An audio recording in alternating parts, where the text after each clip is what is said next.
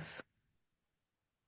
All right. Welcome to day two of the 5 days to get more clients challenge. And as I mentioned in day one, I'm calling it a challenge because each day stair stacks on the next. And I really, really, truly recommend for you to take the time to get a notebook out or pull up a document, take notes while you're doing this, and actually start really thinking it out and planning it out. Because if you follow these steps and if you do these things each day, as I am urging you to, you really could make a fast sale, a fast cash injection. Like this is entirely possible.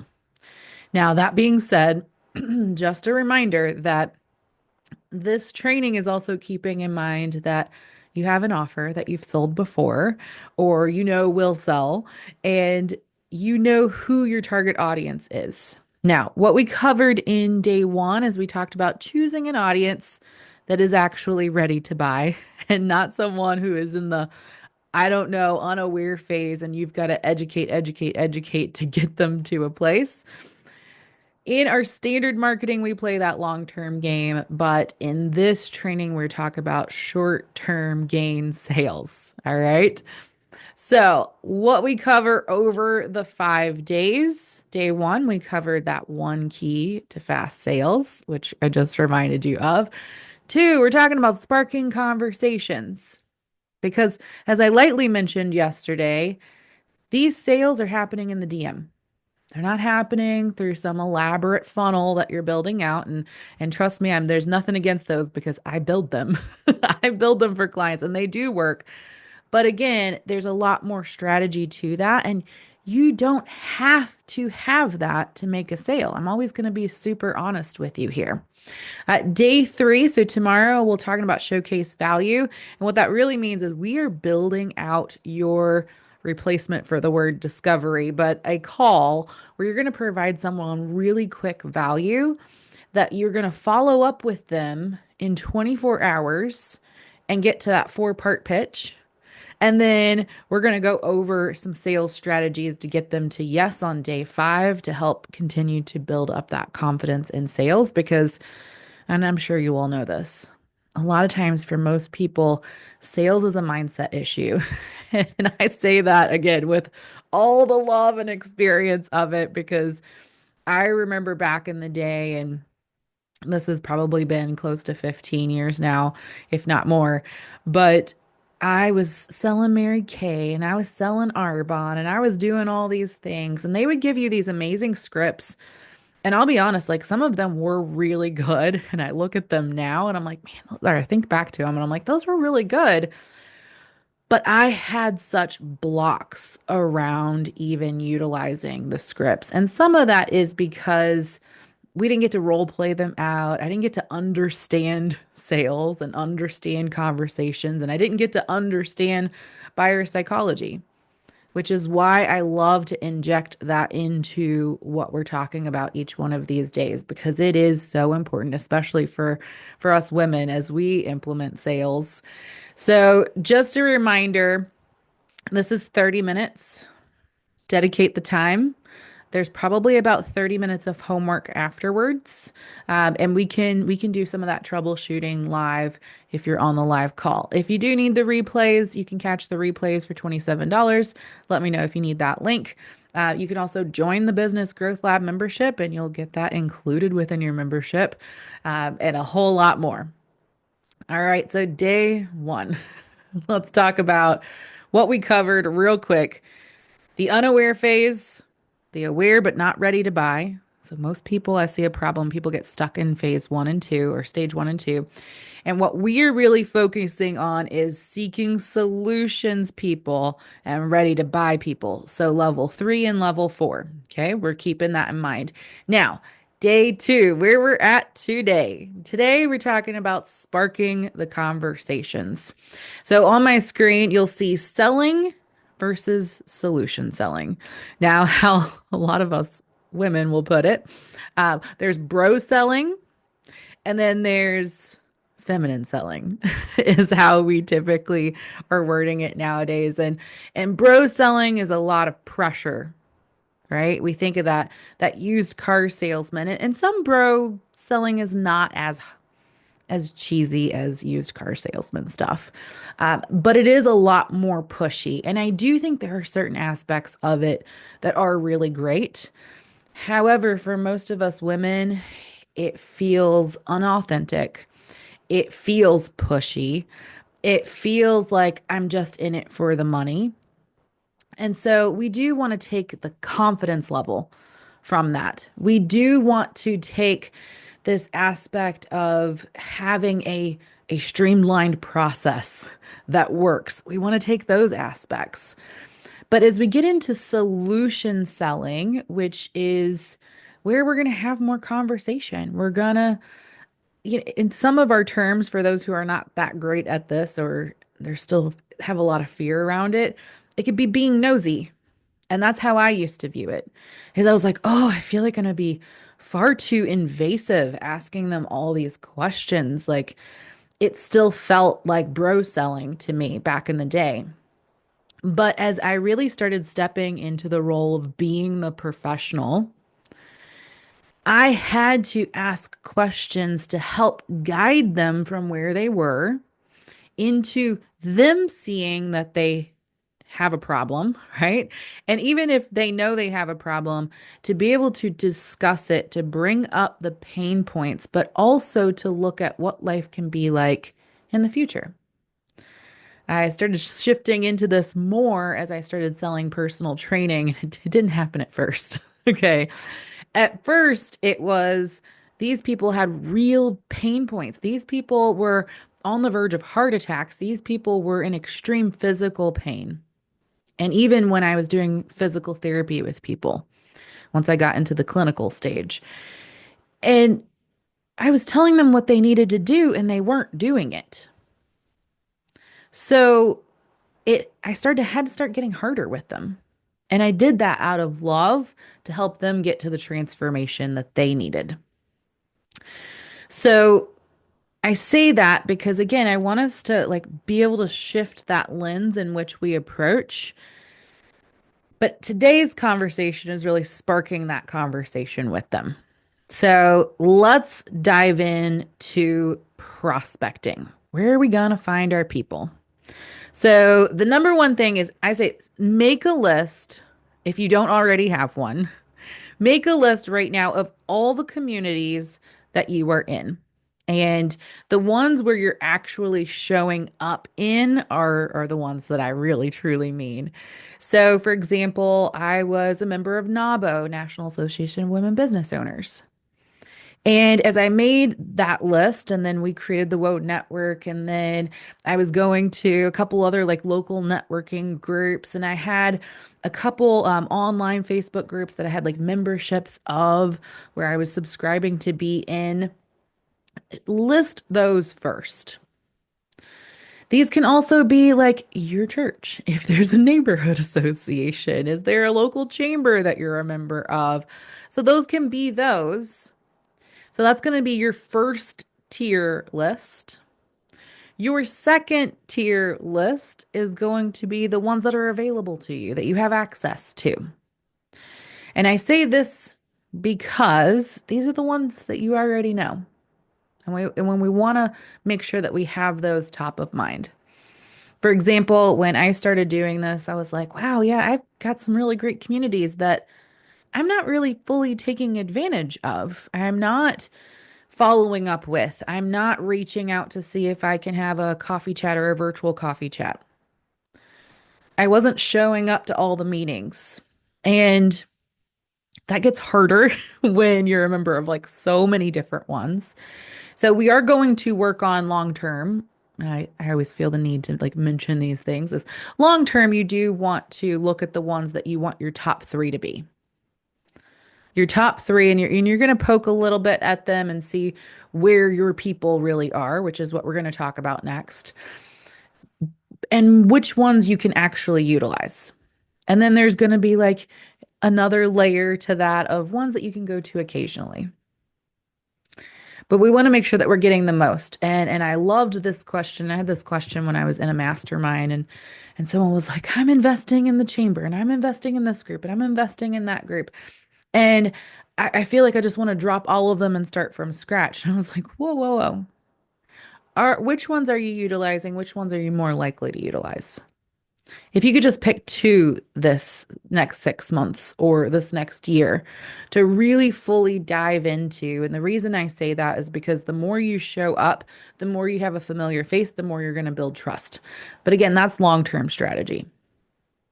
Now, of those, so you've got your level ones where you're showing up, where you have access to. And I am going to ask you, of those, put a star, or maybe you like to draw a little heart next to them, next to the ones where you have a list of contacts or emails or some type of community where you can actually contact these people. And not in the spammy, sleazy way. I'm not going to tell you to go send a blanketed email to everyone going, hey, would you like to work with me? But maybe it's an association that you're a member of and you have contact information of people, or you could get it. That gets a star or a heart. Okay. We want to mention that. So that's your level one, which you already have access to. Your level two is going to be, where are your people hanging out? Now, we might have to get a little creative. So, thinking about your buyer or your potential buyer, again, we're going to think about this week. We're thinking about one offer for one business because some of us have multiple businesses. Some of us have multiple offers, right? Like I do hypnotherapy. I do business training. I do sales funnels and have my marketing agency. And I'm not going to scramble back and forth between all three of those. If I was hyper focused this week particularly, I'm going to say I want to get hypnotherapy clients. I am going to still have my list of all my communities, and then I'm going to say, where are those people hanging out? Now, here's the problem that people run into is that that's open to a lot of people. So if I'm going to narrow and niche down, and I say that I want to focus on weight loss hypnotherapy right now, then I would say, where are those people hanging out? Who are contacts that I can get referrals from? Now, referrals can be a long-term game. They can also be a shorter-term game. Or I can go directly onto Facebook and I can make a post that says, like a teaser, who wants to drop 10 pounds in the next 30 days with hypnotherapy? And I can get a lot of people that say, me, me, me, me, me. And then I'm going to have to look at that. And I'm going to have to filter those people out. And I don't want to do that one-on-one because if I'm looking for fast sales, I need to have some type of quick questions that I could ask them that is going to let me know if they're qualified or they're not qualified. This is where those DMs can start. That's where those conversations can start. Now, yes, I talked about the first I created a post. That's not always. So, making your list, there's going to be the I can make a post, number one.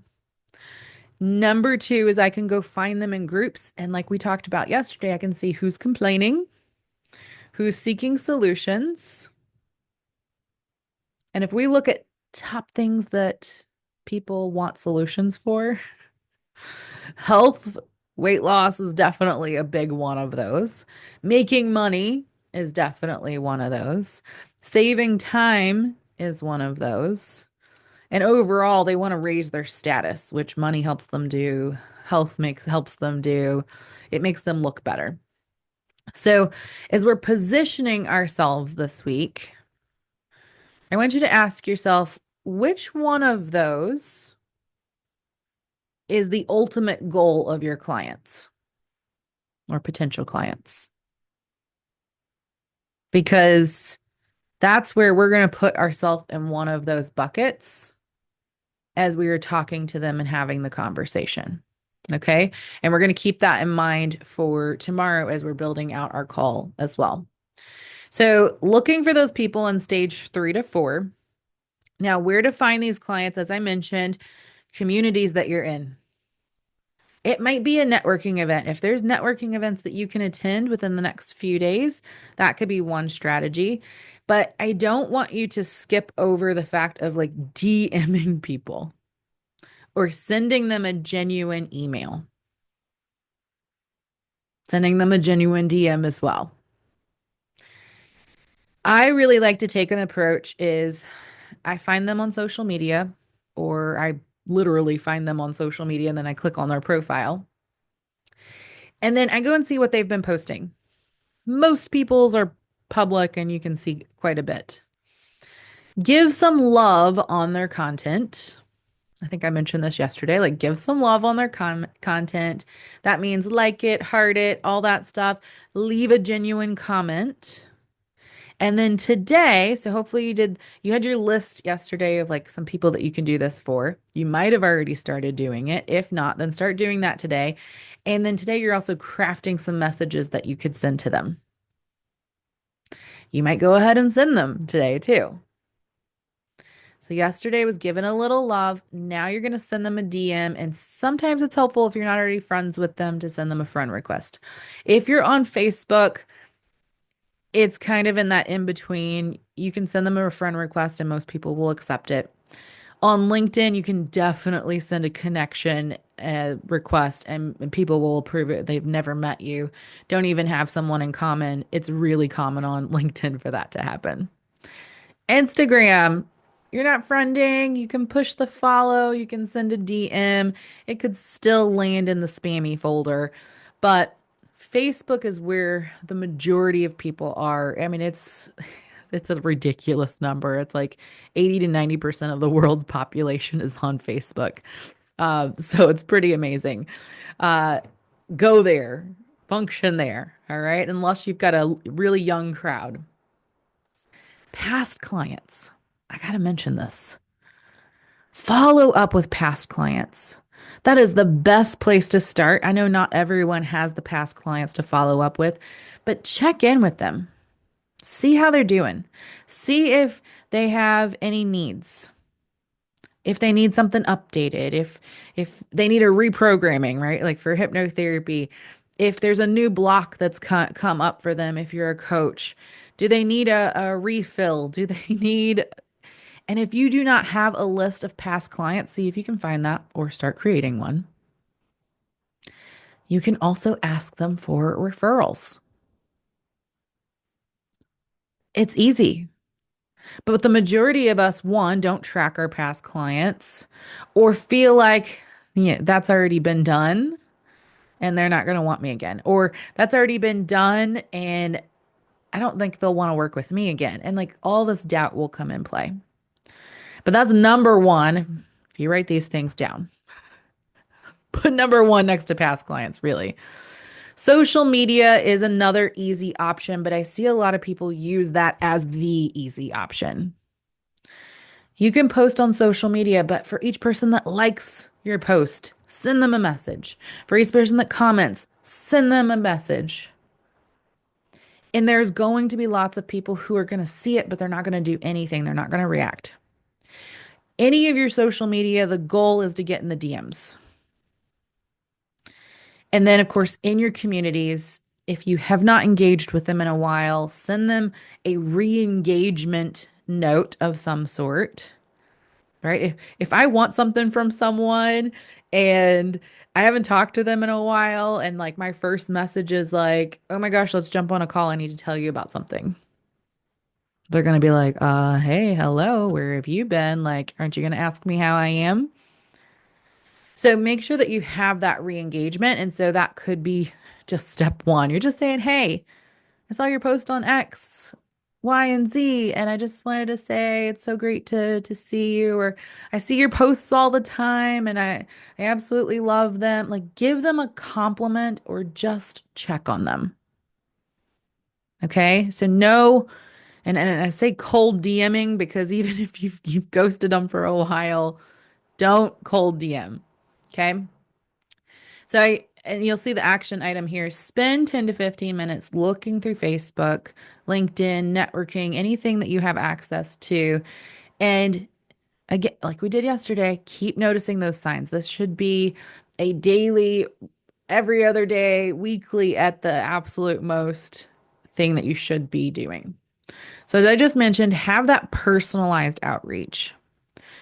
People can feel it, and women feel it even more. I don't know if you value, but like when someone sends me a copy paste message versus a genuine message, we feel the difference. Even if it looks like you could copy paste it, they will feel the difference. The energy behind it is real.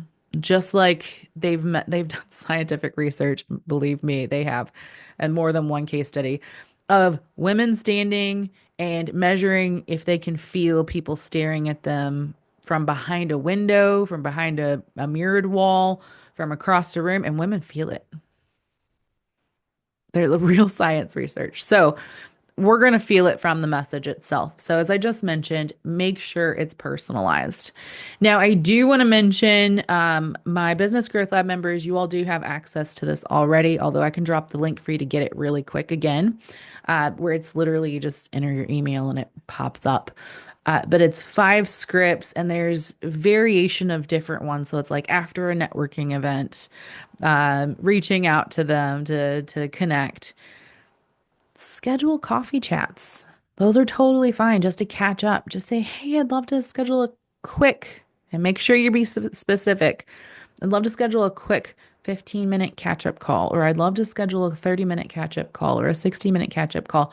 Don't just say, and this is what we're going to practice more tomorrow, don't just say, let's jump on a call, because it leaves people like, I don't know what we're going to do.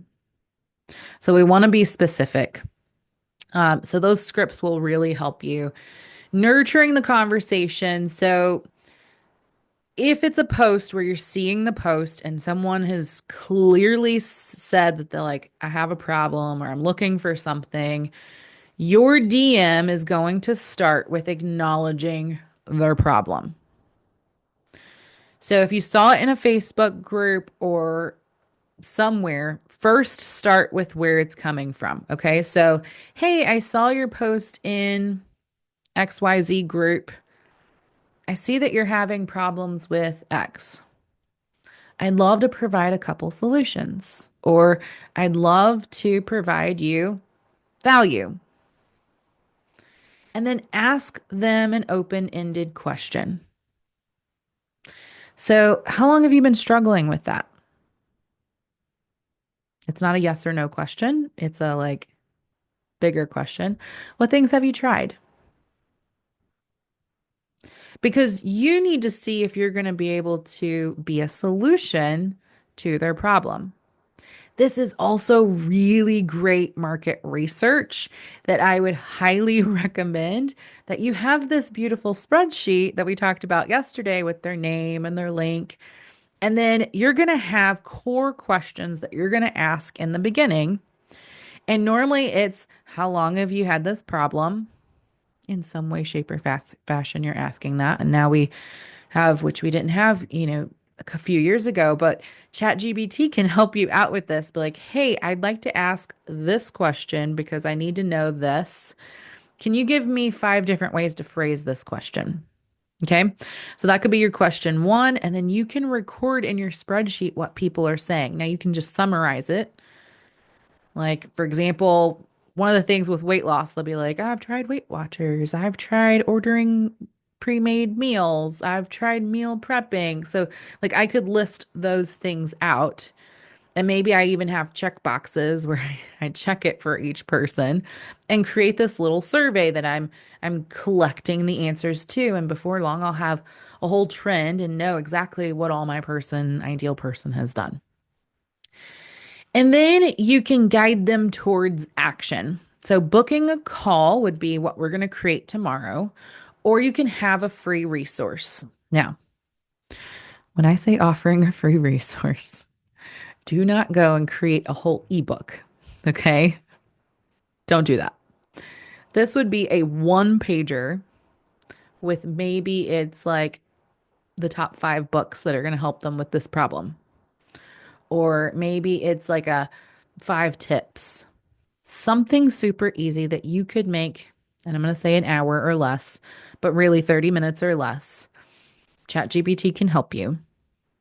And this would be something like you're noticing that you could give them something to continue to display value.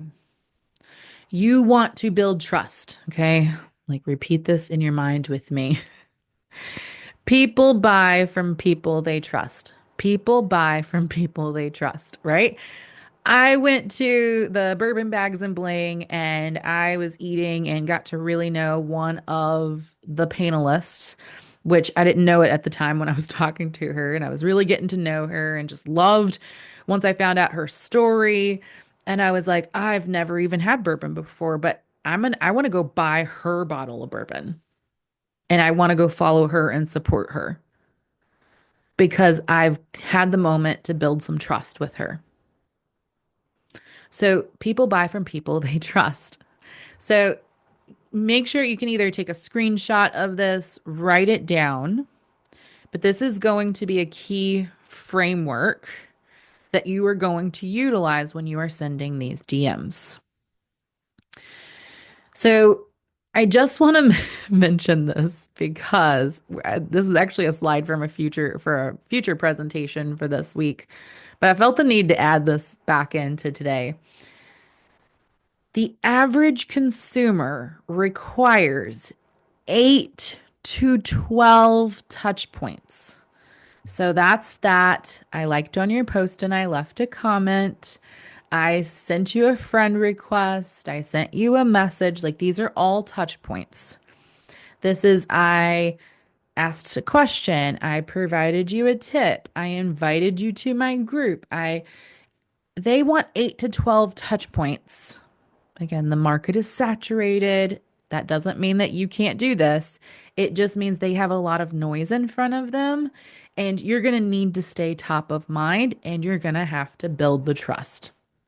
So, again, I listed out here top performing sales teams report following up at least 5 times per lead.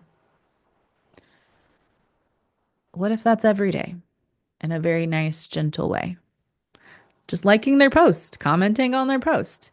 And if you've got this spreadsheet and you're making a commitment and a focus to following up with them and staying in this touch point zone so that when you invite them to get onto a call, they're going to be like, yeah, let me do that. They're going to say yes. Or they're going to say, what's your calendar look like? I can't right now, but well, let's do that soon. And you're building a relationship with them. So, lower performing teams report less than 3 follow up attempts. I don't know about you, but I used to just feel like 1 to 2 times was a lot. Like I was going to be bugging people. And I really did not want people to feel like I was bugging them. But then as becoming a business owner, when people keep like checking in with me, I really appreciate that actually. I see that they're dedicated. I see that they are paying attention to me and that they want to work with me. And I actually had like one of my virtual assistants that I brought on, I guess it's been about 6 months, maybe 9 months ago. He had been following me on Facebook and commenting on my stuff and staying in my ecosystems and just being very sweet for 3 to 4 years. He could recall like me being pregnant and having my baby, and he's watched, me get married. He's watched all these things, and he was asking questions about it because he knew he wanted to work with me. Are you providing that same level of interest and follow up with people that you really want to work with, that you could benefit, that you could provide a transformation for? Are you standing out as the expert, a leader in your industry, but also having this authentic humbleness of, I want to work with you and I'm going to follow up with you and I'm a real person and you're a real person? No matter if you have the evergreen strategies, and the organic strategies. We always need both. We're going to work best if we have both.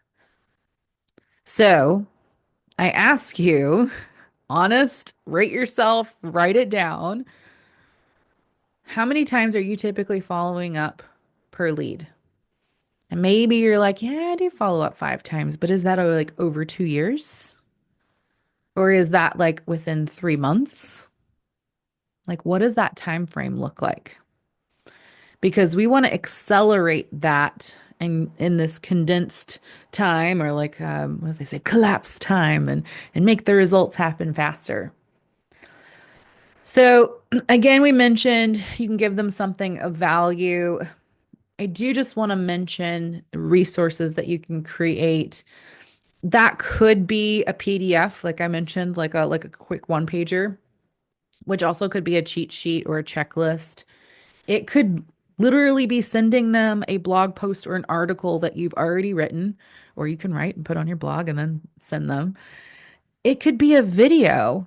And I've done this many a times. I got a question from someone, and rather than jumping on a call and like giving them solution to their question, I made a video and I spoke to all the people who have a similar problem and gave some tips and gave some advice to showcase value.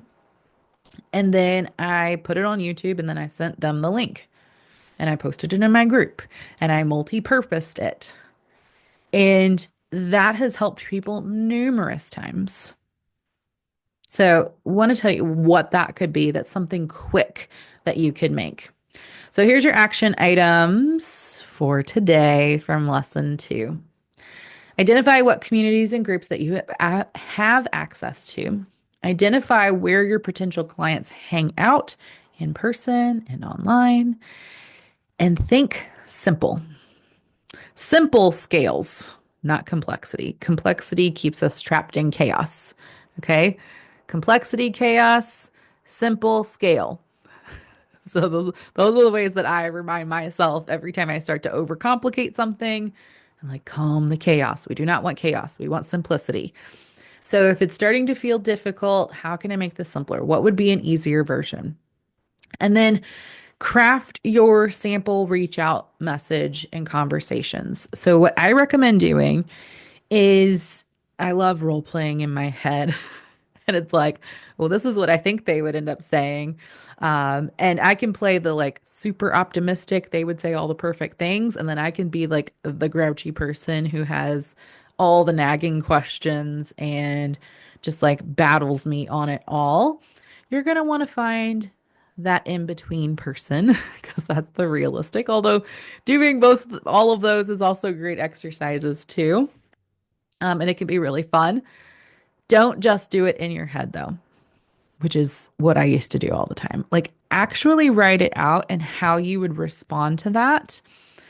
Because if you can rehearse that in your mind does not know the difference between rehearsal and actually doing. Brain scans show this.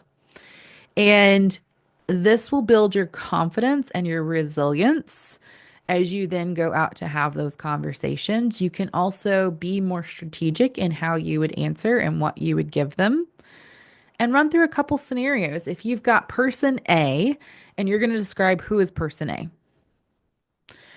person B, describe who person B is. And like I could say, there's of the people that I typically work with, there's the woman who her kids are grown. She is in her business. Her husband drives her crazy. And she feels like she's working all the time. And maybe her husband works in the business with her. Uh, Again, scenarios that I come across. And she's got a lot of stress. She's got a lot she's like holding on to and a lot she's trying to balance because of that stress. Person B would be the mom who has the kids and she's going to everything all the time, and and she seems to put everything else on her plate except for the things that she needs to take it to the next level. And I could probably come up with a person C, which might even be a hybrid between the two. You are going to be able to do this. You can do this. Even if you're newer in your business, you could think about someone you've talked to, maybe you've done a consultation with, and how you could have better handled that, or just starting from scratch and using that person as an avatar. Strategize like where you met them at, how you're going to start the conversation. This is a great activity. If you want to practice it, that's an option. We can also do that right now. We can practice. So start forming your question. I'm going to tell you real quick what we're doing tomorrow. So, tomorrow we're going to craft your results based call. This is a game changer. Game changer. And I really do want to role play this out with you and help you get the title of it, the three core outcomes, all of that tomorrow. This is something that you are going to feel so proud of, you could almost charge for. You should be able to put a value on it. And you're going to be able to do it really, really quick. 15 to 30 minutes. 15 minutes is the goal. We always give ourselves 30 minutes because in the beginning, you might need to iron that out and get it down to 15 minutes. But that's what we're going to do tomorrow. I use this all the time. For example, I can literally do my offer audit in 15 minutes. Now, I typically will book myself 20 to 30 minutes just in case the conversation kind of spurs off. But I really strive to stay in that 15 minutes because I know I've done it enough times that I can look at your offer. You're going to give me some pre questions so that I can do it in 15 minutes. And I can pinpoint the key areas that your offer needs to have in order to be stellar. And I can do that in 15 minutes and give you at least 5 pointers in how you can make it better because I've been working in that arena for so long. So, and I know that this is worth $297. I do know 15 minutes with me is worth it. So, and we're going to talk about this again tomorrow. You're going to have a call to action, right? So the comment, not me, you're going to comment call. So we're going to create that for you tomorrow. Now, for today, is there any questions, comments? Do you want to run through a scenario?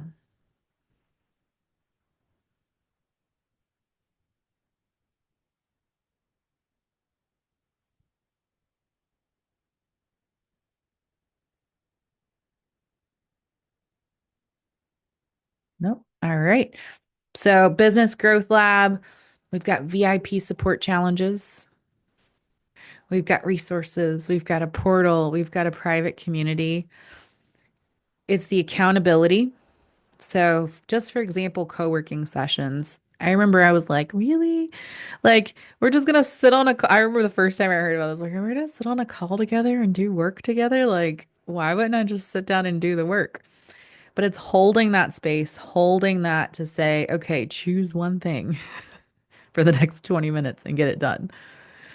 That accountability to then, after you got it done, to say, yeah, I got it done and get celebrated is so beautiful. That's not the only thing we do. That's one of the sessions we do. We also make our list for the week of all the things that we need to do. We are starting to implement, I just recorded a video for you all today on like starting to put all of that into your project management system and utilizing a project management system to start preparing for having a team or to manage your work and learn how to prioritize because so many people have this endless to-do list and everything's important and they don't know where to start. So that'll help solve that issue. We also have like quarterly planning, monthly review, your whole year planning, looking at how much money you want to make for the year and what's your promotional calendar going to look like. Of course, the support, the mindset, we do mindset at least once a month. We work on social media content. We have time held for us to send DMs because that's typically something we avoid. That co-working session, I typically recommend for people to either do an article or do an email or recognize the thing that they typically avoid. And then, we've got the Business Growth Lab for that monthly package for that accountability. If you're in High Paid Woman, you also get Business Growth Lab for 12 months included with that. We really dive into pricing, packaging, positioning, sales training. It's the hypnotherapy, the hypnosis, the meditation, a lot of the energy work that goes along with that. And then we've got our retreats as well. All right. So let's go back. And I just want to recap, make sure you've got all of this. So, yesterday you would have had your spreadsheet.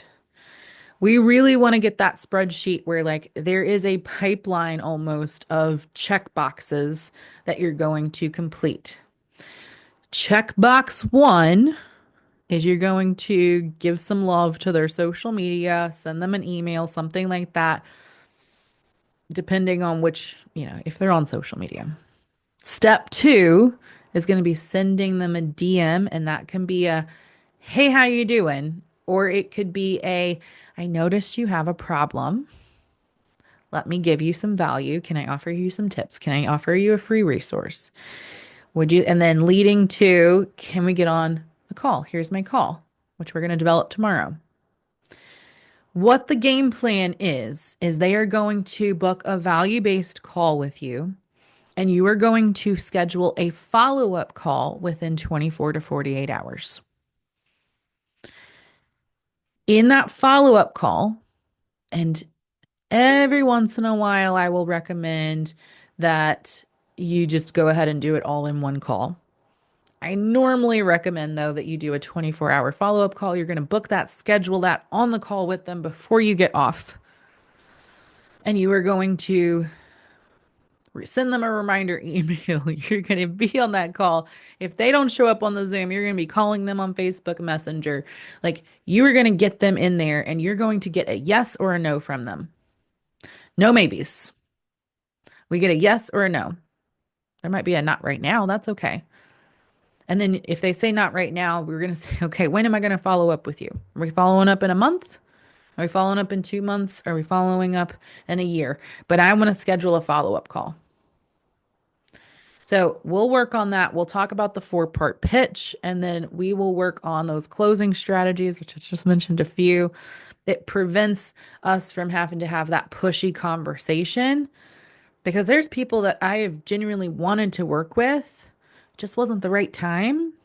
And we scheduled follow-up calls. And even that follow-up call gave me amazing accountability to get my ducks in a row before I got on that next call with them. And you can do that too and provide them accountability already, because you get to be the coach, the consultant, the professional throughout the sales process. We don't wait until we've already made the sale. We start it in the sales process. The transformation, the sales process is part of their transformation. Okay. All right. If there's no questions, if you don't want to run them through, then we are finished for today, and I'll see you tomorrow.